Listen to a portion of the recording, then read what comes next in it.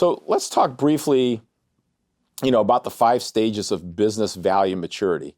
Let's face it, when you first start, you're just trying to get out of the gate, but you want to establish really an initial value in your business and then figure out, by conducting annual business valuations and doing check-ins and making sure you're doing the right things to grow the business, that you have a starting point, a benchmark, and then you're going to know year over year, are you growing the business value because you're making the right decisions along the way.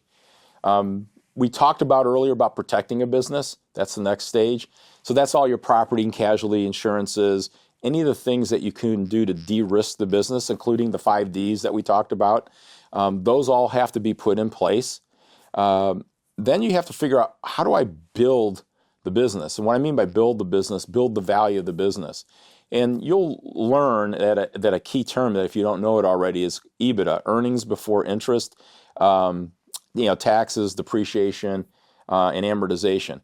This is at the heart of valuation, because it doesn't matter how much value the business, you paid for the business. What matters is someone who's going to buy the business is what kind of growth and income is going to come off this business. And so it's very common to look at a business valuation based on its true net cash flow.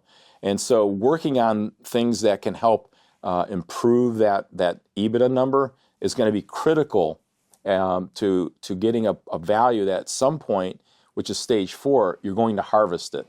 So harvesting is, you've built the business, you got it to a point where it's at a value that you want, you have a succession plan in place, whether it's the family, management, or a third party, and now you're going to harvest it. In other words, you're going to take a illiquid asset that's produced income, but you're going to convert the whole thing to money. And that money, that liquid cash, you're going to take, and then that's going to be something that you're going to manage.